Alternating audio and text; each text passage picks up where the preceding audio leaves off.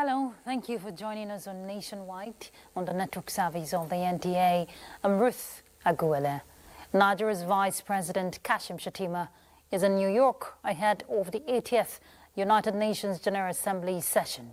Leading Nigeria's delegation is directed by President Bola Tinubu. State House correspondent Abdurrahman Jibrila reports that upon his arrival, the Vice President met with other members of the Nigerian delegation on expectations of the country's participation. Vice President Kashim Shettima arrives in New York, received at the JF Kennedy International Airport, welcomed by some members of the Nigerian delegation, as well as officials of the Nigerian mission in New York and other stakeholders. Vice President Kashim Shettima engaged members of the delegation ahead of his schedule to join other leaders at the global event to commemorate the 80th anniversary of the United Nations. He would also deliver Nigeria's national statement on behalf of President Bola Tinubu and attend a special event on climate for heads of state and government to be hosted by the United Nations Secretary General. The topical issues that will clearly come up.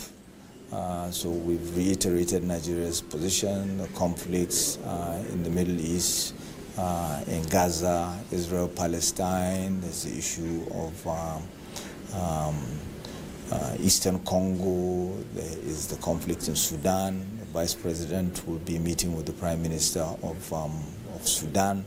He's also going to be participating in the African Union's Peace and Security Council meeting, which is going to be taking place. So in all is to push forward the Renewed Hope agenda, is to push forward the areas that we're focusing on for investment, is to push forward the reforms that the Nigerian economy has experienced in the last 2 years, and to make sure that all the friends of Nigeria in New York for this event are well versed in the position of where we are right now. And of course, we look at areas of strength, and of course, knowing fully that Nigeria is one of the leading economies in Africa, and of course, we know some of the very important reforms that were established at the beginning of our government in Nigeria that have really opened up a lot of opportunities, and of course, we believe this very important UN General Assembly will certainly further reposition Nigeria as one of the destinations for people to come invest in our own country. Vice President Shettima is also slated to attend the high-level roundtable of the global champions on adequate and affordable housing to be hosted by the President of Kenya on September 24th and attend other bilateral meetings and events. From New York, Abdurrahman Jibrila, NTA News. The federal government has activated an economic empowerment program of more than 10 million women to achieve its $1 trillion economy. Nigeria's Minister of Women Affairs, Iman Suleiman Ibrahim, disclosed this at a high-level sideline event of the 2025 United Nations General Assembly in New York, themed Scaling Women's Economic Empowerment, Financing Inclusive Growth for Peace, Development and Human Rights, Lessons from Nigeria for Women project. Now,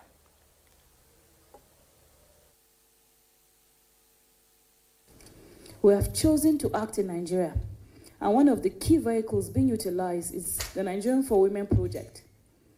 The Nigerian for Women project, under the leadership of His Excellency, Mr. President Bola Tinubu, GCFR, is today the country's most significant women economic empowerment platform and the biggest investment by the government of Nigeria for women in collaboration with the World Bank.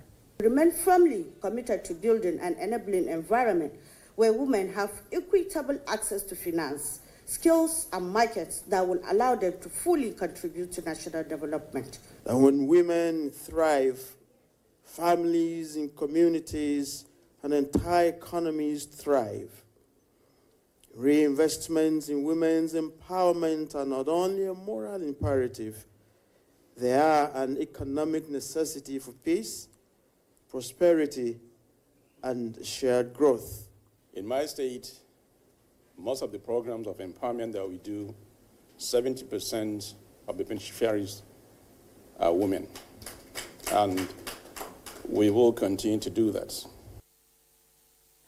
The program is envisioned as a transformative, gender-responsive initiative that will directly impact women, children, families, and vulnerable persons across all 774 local government areas, providing a unified national platform to tackle systemic issues such as gender inequality, family instability, digital exclusion, child vulnerability, and economic disempowerment. Turning our attentions back home, Nigeria's internal security challenges can only be addressed through proactive policing and partnership with security experts, of course. Inspector General of Police Kayode Egbetokun stated this during an engagement with senior officers on how to deploy modern skills towards managing fast-paced security challenges in the country. Francis Fong reports. The training brought together senior police commanders, peace scholars, and legal practitioners, setting the stage for an extensive engagement on the complexities of Nigeria's evolving security landscape. By supporting the top leadership of the Nigerian police force, we reaffirm our belief that effective policing is not solely about enforcement, it is about foresight, collaboration, and the courage to lead with purpose. A lot is being done by all that are in charge of this country's governance to mitigate the impact of avoidable conflict. IGP Egbetokun commended the foresight of the Society for Peace, Studies and Practice, describing the partnership with the police force as a platform to renew and sharpen leadership capacity. Every insight must become an action, and every action must strengthen the chain of security that binds our nation together. The training session covers critical areas such as conflict analysis and effective response strategies in a volatile environment, conflict-sensitive decision-making, strengthening capacity for early warning and early response, among others. Francis Fong, NTA News. And as the country continues to bear the burden of increasing incidents of femicide, the Force Pathologist Office of the Nigeria Police Force has come up with empirical data to inform policymakers on preventing violence against women and girls. The information was presented at a one-day symposium in Lagos State. Musa Toliet reports. Every time a female gender is attacked and killed, the wheel of justice is activated and prosecution of perpetrator is imminent. Yet, the absence of reliable data on femicide rates in Nigeria highlights the challenge faced by security agents and civil society groups to predict and nip impending femicide in the bud. To address this data gap, the Force Pathologist Office of the Nigeria Police embarked on a 5-year retrospective analysis from 2020 to 2024 on Lagos State's femicide burden using the statistical framework developed by the United Nations Office on Drug and Crime and UN Women. This study brief will serve as a valuable template and essential resources for understanding and combating femicide in Lagos State and Nigeria at large. Key findings showed that a total of 1,666 unnatural deaths involving males and females were reported to the State Criminal Investigation Department of the police during the study period. Intelligence gathering and data analysis, we need all that to be able to actually do our job appropriately, maintain law and order, protect lives and property. The data is expected to boost criminal justice system in Lagos State. This kind of data will also help us to appreciate the reasons for the killing of women in all these heinous crimes. Stakeholders react to the findings presented by the Nigeria Police Pathologist Office. The body language of the police is that they take crimes against, they take violence against women and girls seriously. So this is a very welcoming development that we hope will lead to better legislation on femicide. The Nigeria Police say the data gathered will support evidence-based policy making, enhance accountability, and strengthen efforts to prevent femicide and gender-based violence across the country. We have been able to categorize out of the 350 female deaths, as 70 were femicides. And we've been able to actually also do what we call disaggregated variables of, that means the pattern of this femicide. Femicide is not something to be disregarded at all. We have trained the minds of our officers and equally their operational modalities to ensure that once before it occurs, we prevent them, because this dovetail from domestic violence before it leads into what is called a femicide. There was a consensus for government agencies, civil society organizations, and research institutions to work together to gather and maintain up-to-date statistics on gender-related killings. In Lagos, Musa Toliat, NTA News. Hundreds of Nigerian women representing the 36 states and the Federal Capital Territory converged on Abuja in a united call for increased women's participation in governance. National Assembly correspondent Amina Saidu reports. Yes, Nigeria women! The event began with a gathering at the Mariam Babangida National Center for Women Development, where various women's groups, activists, professionals and grassroots leaders assembled in solidarity with the agenda. From there, the women embarked on a peaceful procession through some major streets in Abuja, making their way to Transcorp Hilton. Their mission is to submit a memorandum to the National Assembly leadership, strongly endorsing the special seats reserved for women bill, which seeks to secure a constitutional quota for women in both legislative chambers. We are here to engage in a foundational act of nation building, the collective reimaging, reshaping of the supreme law of our land, the Constitution of the Federal Republic of Nigeria. We are asking that an extra 37 women are voted into Senate. It should be placed there. Women who are in political parties should compete for that seat. It's women-only seat. And then 37 positions be reserved for the House of Representatives for women only to contest it.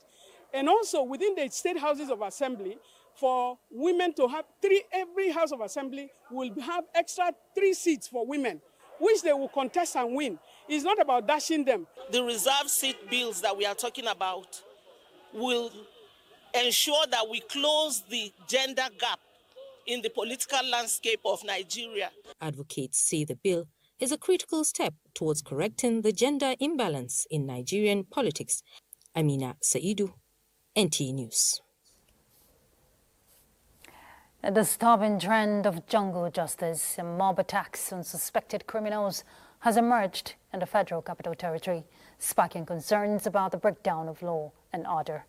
Without recourse to due process, individuals are taking matters into their own hands, posing a significant challenge to security. Let's hear from Tessie Umiri.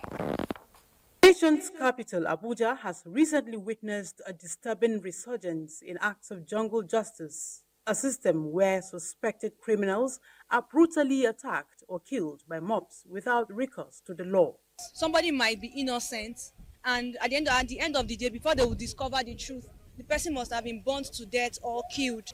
When you do jungle justice without proper investigation and a background check-up, you can mistakenly kill somebody. Some attribute the act to flaws in the justice system.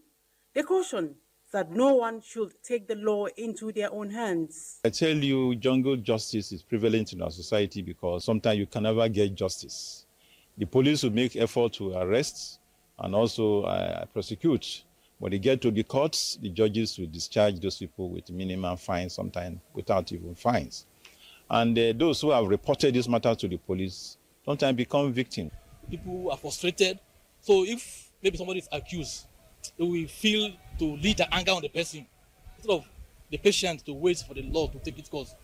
Despite the police prompt response to crime and security measures in the FCT, the rising spate of insecurity is becoming alarming. The police commitment need to be commended. However, we need more plainclothes police officers, other security outfits, undercover officers to to be in vulnerable areas to prevent these crimes. Now, FCT residents are, however, commending the police and other security agencies for prompt response in cases of kidnappings and jungle justice. They, however, appeal for measures to be put in place so that such crimes can be prevented from happening. In Abuja, Tessie Omeri, NTA News. All right, let's rejoin Tessie, but this time around live, to give us more insight into the spate of jungle justice and the FCT. Tessie, if you can hear me, a horrible sight, not pleasant if you've witnessed that before, and I'm sure you have. Tell us more, based on your report of saying, what security agencies like the police is doing, to curb this trend. Thank you, Ruth. Recently, FCT has witnessed a series of cases of jungle justice. You will recall the Mabushi incident, which happened as a result of harassment by tout, which led to the death of 2 people. And then just last week at Adebola Adetokunbo Crescent, a woman just parked to receive a phone call. The next thing, she was attacked. And these assailants were almost killed. If not for the rescue of the police in Wuse Division, they would have been killed. It would have been another case of jungle justice gone bad. But they are in the trauma center of National Hospital receiving treatment at the moment. These cases are becoming rampant, and people are saying it's as a result of delay in justice system, or probably as a result of transfer of aggression. And when you look at kidnapping in the FCT, for a while now, we would say that it has relaxed. But recently, there's this rising spate in kidnapping. For instance, within 2 weeks, like 5 cases were recorded in Kobe, Paduma, Asokoro area, and then Karunyanya. In all of these incidences, I must say that the response has been prompt. But the thing is, what we need is prevention. Because whenever they're on ground, they eliminate such assailants. For instance, the one that happened in Kobe last week, the assailants used 2 victims, female, to escape. Unfortunately, 2 members of Vigilante who were helping the police lost their lives. This particular group came back within just 3 days to still do the same thing. Luckily, I would say the police neutralized these 3 assailants. So I would say that the police response is quite prompt, but then the crime is still on the rise. Indeed, Tessie, and it's quite unfortunate, especially when you see this happen to persons, especially if you're at a scene where this is happening. But how can people, collaborate with the force to ensure that this prompt response is sustained? Because sometimes it is at the last minute when the deed has been done before they show up. Yes, that's what we'll say. Prevention is always better than cure. The police can actually collaborate with members of the public, because there's this adage that says for a stranger, to gain access into a community, he needs a member of that community, which means that if the police collaborates effectively with members of the community, they can share intelligence and at the right time. If that intelligence is not shared at the right time, it will lead to the case of medicine after death. So the best option is to prevent such crimes from happening. And there are so many indices you can look at. For instance, employment of your domestic servant should be properly profiled. Those are the kind of people that these assailants use to gain access to their victims.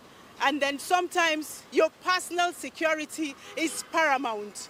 If the police and members of the community work hand in hand, they will help curtail this crime. And of course, FCT will be a safe place. But on a general assessment, the police response, like I said earlier, has been prompt. So far, so good. Thank you so much, Tessie, for that prompt response from you. Thank you, and stay safe out there. Thank you, Tessie. Thank you, Ruth. All right, still on security business, troops of the Joint Task Force Operation Wellstruck have rescued a kidnapped victim and recovered arms following a successful operation against armed bandits in Katsina Ala local government area of Benue State. A statement issued by the acting media information officer, Lieutenant Ahmed Zubairu, disclosed that the troops engaged the criminals in a gun battle, forcing them to flee and abandon their victim, a 43-year-old man, Mr. Teriyima Torbi, who was rescued unhurt. A subsequent search of the area led to the recovery of 1 rifle, 5 magazines, and 85 rounds of 7.62 mm NATO ammunition. President Bola Tinubu congratulates Ibrahim Shehu Shema, former Attorney General and Governor of Katsina State, on his 60th birthday. In a statement, President Tinubu joins family and friends to celebrate the visionary leader whose legacy of statesmanship and financial discipline remains a reference in the country. President Tinubu believes the former governor raised the standard of governance by investing in infrastructure during his tenure and praised that God Almighty grants him many years of good health. And still on celebrations, the 70th birthday celebration of Chief Stella Gogobia Tulok, affectionately known as the Golden Fish that never hides, was a momentous occasion filled with glamour. Family members, business associates and friends from all walks of life converged to honor this remarkable woman, known for her loving, caring nature and dedication to serving God, which has positively impacted many lives. Chinyere Okoli reports.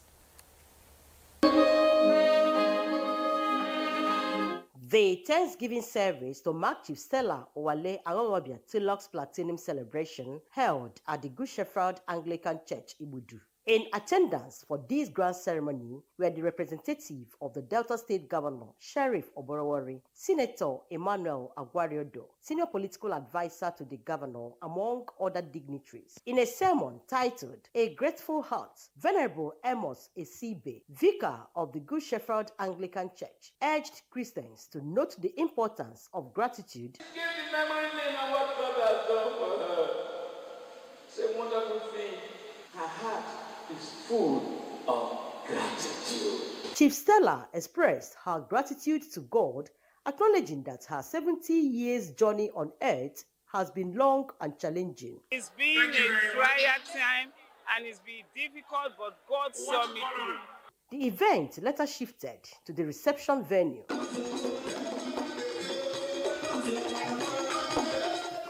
The grace of God is upon her. I wish her more birthday, more years of happiness. We know that God will continue to bless you. You should continue to impact positively on the lives of people.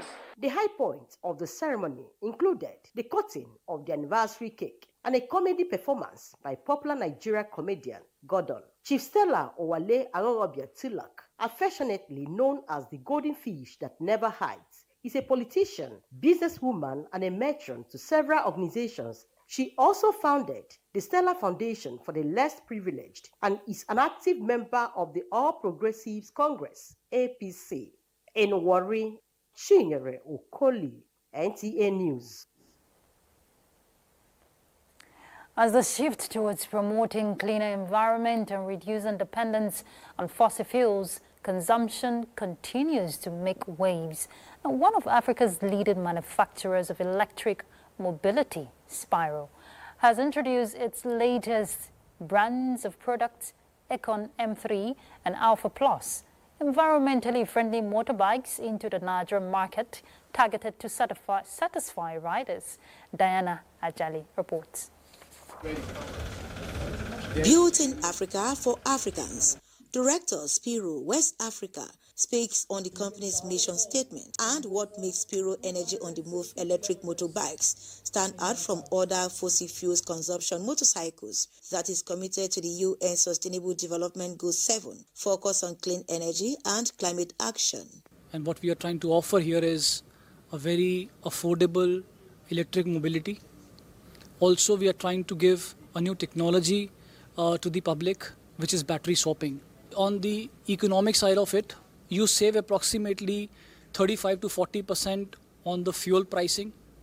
The maintenance again constitutes approximately 40% saving on the daily usage. We are also leading and supporting the cleaner environment campaign as such for the country. Our bikes are zero pollutant. With battery swapping solutions and fast charging stations available at different locations, making it a convenient option for riders, Spiro electric motorbikes also comes with technological unique features, including cruise track, speed limit, terrain sustainability, and mid-drive. When the battery gets to a percentage, it's only for you to look at your mobile app, check the nearest swap station, and ride to that swap station. By that, you are able to get to swap and get a new battery without being stranded on the way. For Spiro EV bike, there will not be need for you to change oil regularly. There will not be need for you to change filter regularly. There will not be need for you to change spark plug regularly, and there will not need for you to, work on the engine. With the company's headquarters in Nairobi, Kenya, Spiro Electric brand of products is currently present in 8 African countries, including Nigeria, Togo, Benin Republic, Rwanda, and Uganda. In Lagos, Diana Ajale, NTA News.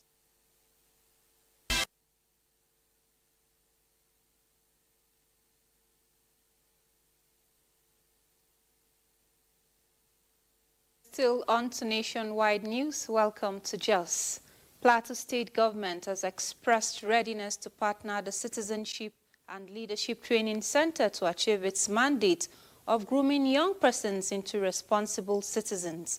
Governor Caleb Mutfwang gave the assurance while receiving the state coordinator of the center in Jos. Ijoma Ozemena reports. The team, led by the Plateau State coordinator of the Citizenship and Leadership Training Center, Fisola Abiola, was in Government House to seek collaboration with the state government. She expressed concern over infrastructure challenge in the center. We solicit for your assistance with the construction of additional and befitting hostels to enable us maintain and attract more clients, and also to better cater to our youth in Plateau State. Presently, we can only accommodate between 500 to 600 participants at a time, which is a challenge when we have participants that are more than the above stated figure. Governor Caleb Mutfwang says the mandate of the center remains critical in the lives of young persons who will take over the mantle of leadership.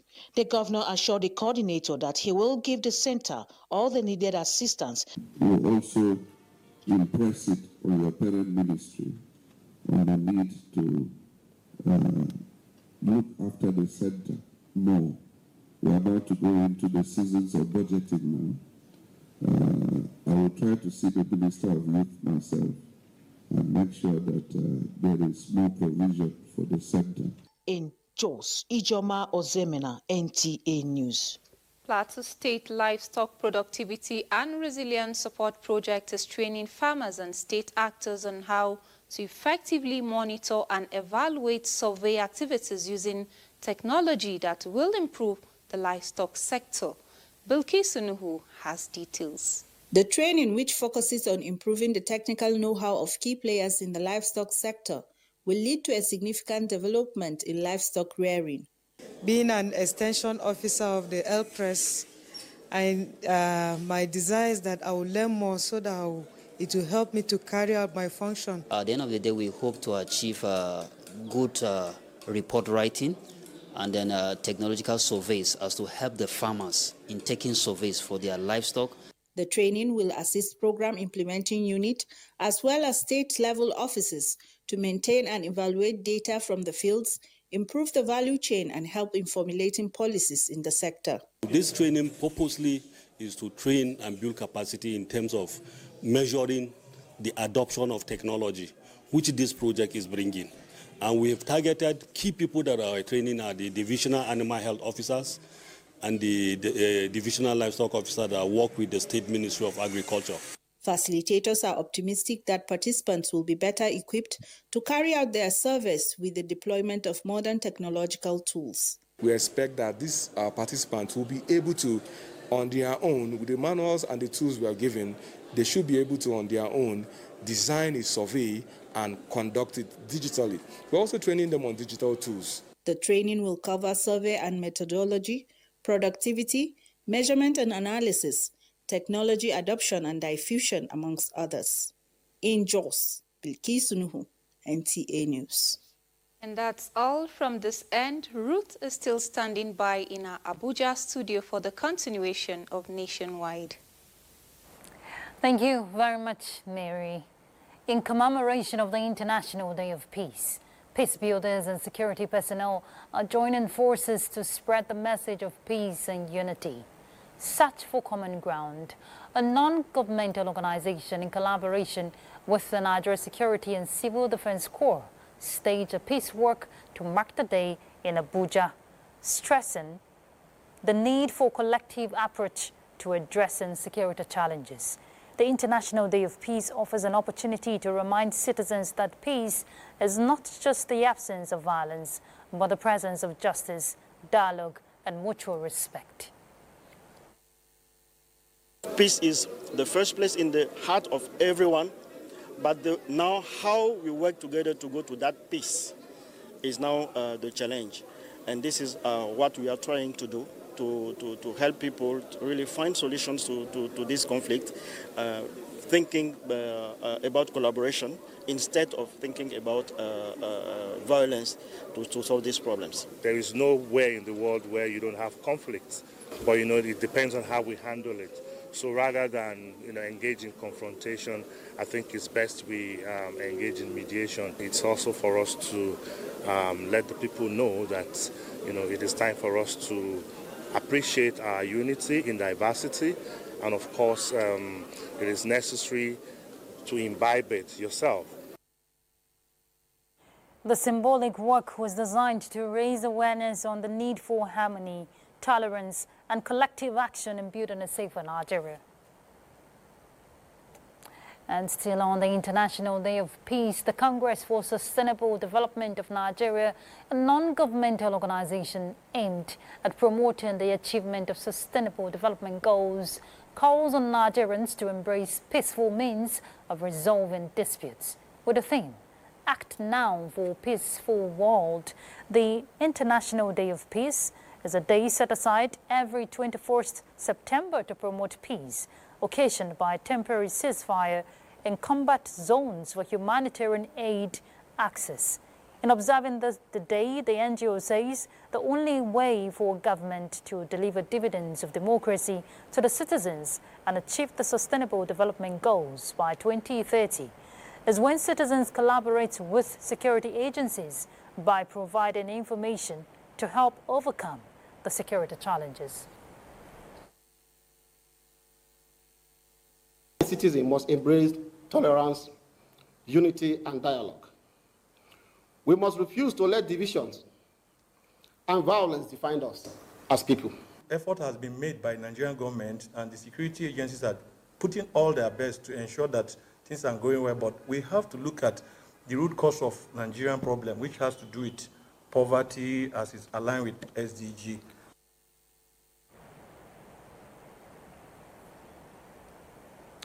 All right, let's head to Ibadan to join Larry. He will bring us our next set of reports. Hello, Larry. And welcome to Ibadan. Oyo State is leading the trail in the stride to connecting businesses of over 1 billion people in Africa for the benefits of the state and Nigeria. Grace Anyonleke reports that this was brought to the fore at the official launch of AFCFTA Subnational Implementation Strategy in Ibadan, the Oyo State capital. To create a single market for goods and services across the 54 countries in Africa, the African Continental Free Trade Area, AFCFTA, is a flagship project of the African Union's Agenda 2063. For early realization of this agenda, the AFCFTA Subnational Implementation Strategy targets local markets and industries with the aim to reposition Africa for global competitiveness and prosperity. That trade finance support will be critical, particularly to small medium enterprises, to informal traders, smallholder farmers. To promote regional trade and integration. Obviously, NTA will key in. As Africa converges on Ibadan, it is a historic event in the Pace-setter state, as Oyo State becomes the first of 591 subnationals in Africa to launch the AFCFTA implementation strategy. We must leverage on trade and investment, but also develop a value chain that will bring the revenues that is needed to build our country. This strategy will improve the export readiness of our small and medium enterprises that create even more opportunities. By pioneering the subnational implementation strategy, the statement made by the Oyo State government is a readiness to compete, collaborate, and thrive in the new African marketplace while leading a hub for trade, investment, and innovation across the continent. In Ibadan, Grace Ayonleke, NTA News. The Oni of Ife Obainito Ogunwusi has called for peace and unity among traditional rulers in Yoruba land in the interest of more development and oneness. Oba Ogunwusi made this call when he paid a historic visit to the Olubadan designate, Oba Rashidi Ladoja, at his Bodija residence in Ibadan, Oyo State. Ayomiku Ajibola was there and now reports. The historic meeting of the two foremost Yoruba monarchs drew a large turnout of members of the Olubadan Council, high chiefs, magajis, representative of the Central Council of Ibadan Idigin, CCII, political figures, women groups, among others. Describing Oba Ladoja as a father for all, the Oni of Ife, Oba Adeyayo Ogunwusi, noted that his accession to the throne of the Olubadan represents a turning point for Yoruba traditional leadership. The Reverend Monarch, who reminded the gathering that Ibadan has a rich and sacred history within the Yoruba civilization, revealed that some of his royal predecessors once sojourned in the ancient city of Ibadan and called for a united front among Yoruba monarchs. Unity is very key. We must rally on unity around him, and that's why I'm here to see the Yoruba designate. Oba Ladoja, while praising the Oni for his consistent show of solidarity, especially during political and personal trials, described him as a royal figure who placed loyalty and tradition above politics and personal ego. He urged Yoruba monarchs to focus on strengthening the cultural value and institution that unites them rather than those that divide, noting that the people look up to traditional rulers not just for leadership, but for inspiration and protection. Oba Rashidi Adewolu Ladoja is said to be crowned as the 44th Olubadan of Ibadan land on Friday, September 26, succeeding Oba Owolabi Olakuleyin, the 43rd Olubadan, who passed on July 17, 2025 at the age of 90. In Ibadan, Ayomiku Ajibola, NTA News. And those are the trending reports from Ibadan. At this hour, Nationwide continues in Abuja studio, where Ruth is standing by.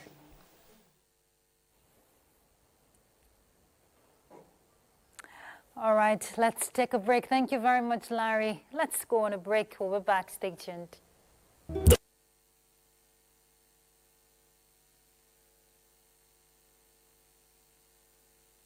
In Sokoto. The Independent National Electoral Commission has cautioned eligible Nigerians taking part in the continuous voter registration against multiple underage registration, describing such act as offences punishable under the Electoral Act and the Constitution.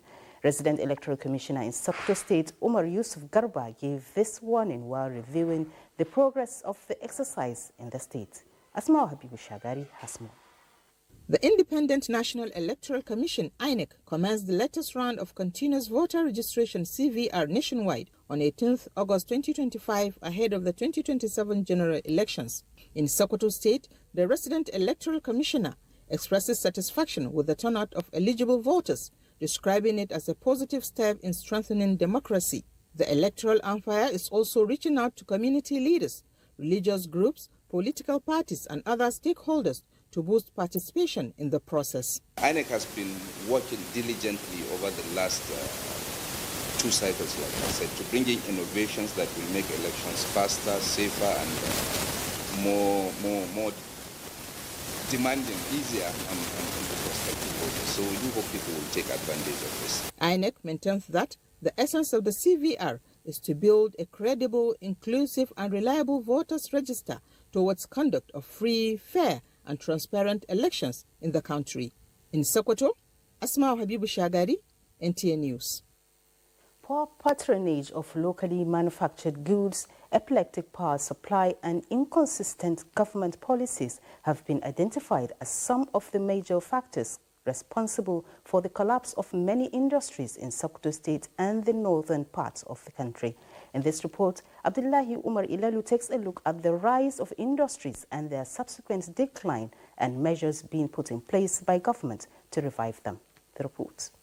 In the late 70s and 80s, Sokoto State stood tall as a hub of industrial development, from ceramic industries, hide and skin processing, leather works, block making, to the Volkswagen and Pajao assembly plants. These industries once promised prosperity and jobs for the people. But over time, many of these industries failed to see the light of the day. Poor patronage of locally manufactured goods, fluctuations in the exchange rate of the dollar, weak management structures, family ventures, and inconsistent government policies all combined as factors giving rise to the proliferation of modern industries in Sokoto State. Some proprietors of industries are calling on government to invest heavily in the industrial sector, introduce holiday tax incentive for entrepreneurs, and give more support to small and medium enterprises. We are producing the capacity of 2,800 metric ton per day. As per the commitment of the Nigeria government that we are taking the local people, that means my local staff from the Sokoto, KB, Kano.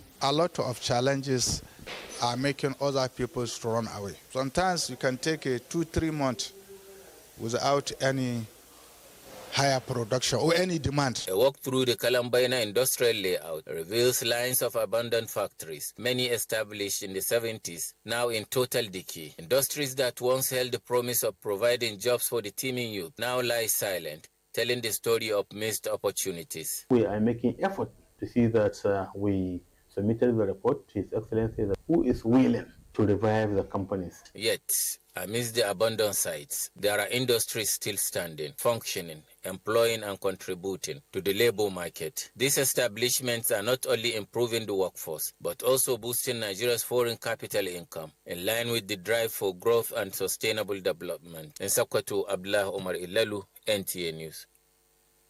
Other news update from Sokoto. Ruth is now back to you. Many thanks, Sadia. As the federal government implements the national policy on skills development to create skilled and innovative citizens, in some states, well, we hear they're keen into this policy to provide sources of livelihoods for the teeming youths. Clement Barrique reports. Akwa Ibom State's approach to skills development is multifaceted, driven by government-led initiatives and partnerships with organizations. Across the state, more youths are developing interest in acquiring one skill or the other through various programs made available to them, with focus on practical, vocational, and digital training to enhance their employability and foster entrepreneurship within the state. Key policy directions of the Akwa Ibom State government include direct youth empowerment. We have smallholder farmers being supported across different value chains. We have largeholder farmers also being supported. We have equipment support, which His Excellency has done greatly. Respondents are optimistic that this shift to skills development and entrepreneurship among the youth could significantly transform the state's economic landscape, leading to more jobs, less dependency, and improved incomes. I need to start somewhere, at least business, daily money come to your pocket. I appreciate this gift. I thank God for making me to be the owner of sewing machine today. Use help me a lot I will use it to improve my life. I will use it to at least start a little business. While governments at the federal and state levels have provided the needed startup support, the youth are now left with the option of either remaining in the labor market in search of white-collar jobs or embrace the various entrepreneurship programs and be masters of their own businesses. Clement Barikui, NTA News. All right, let's join Clement Barrique. He has more to tell us on how youths are taking advantage of these entrepreneurial skills there in the state. Clement?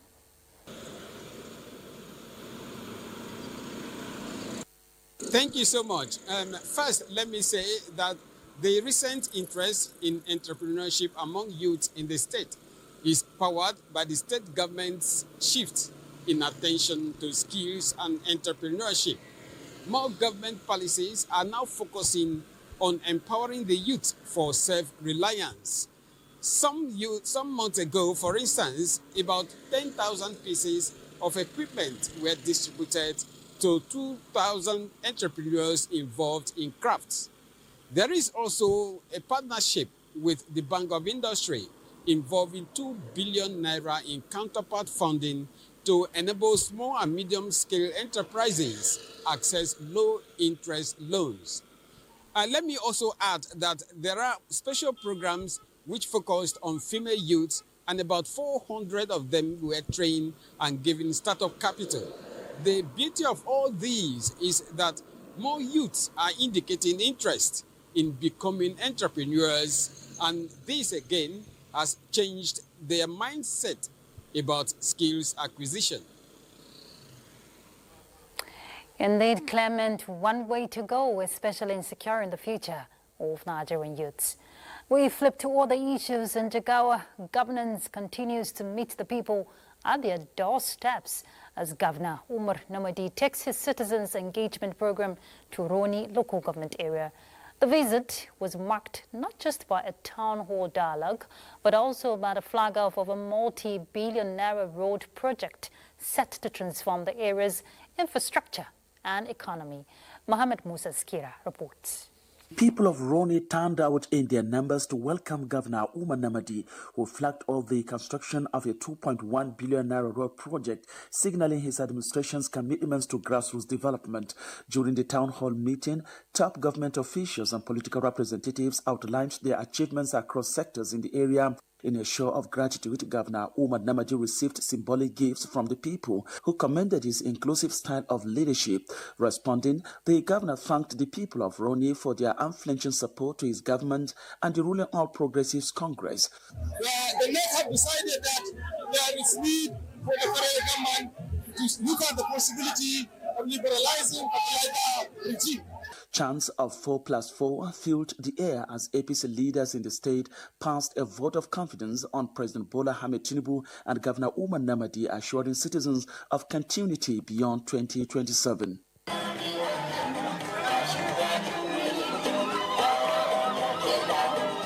Muhammad Musa Askira, NTA News. All right, we're done with Nationwide. Thank you for your company. Do have a lovely evening. I'm Ruth Aguela.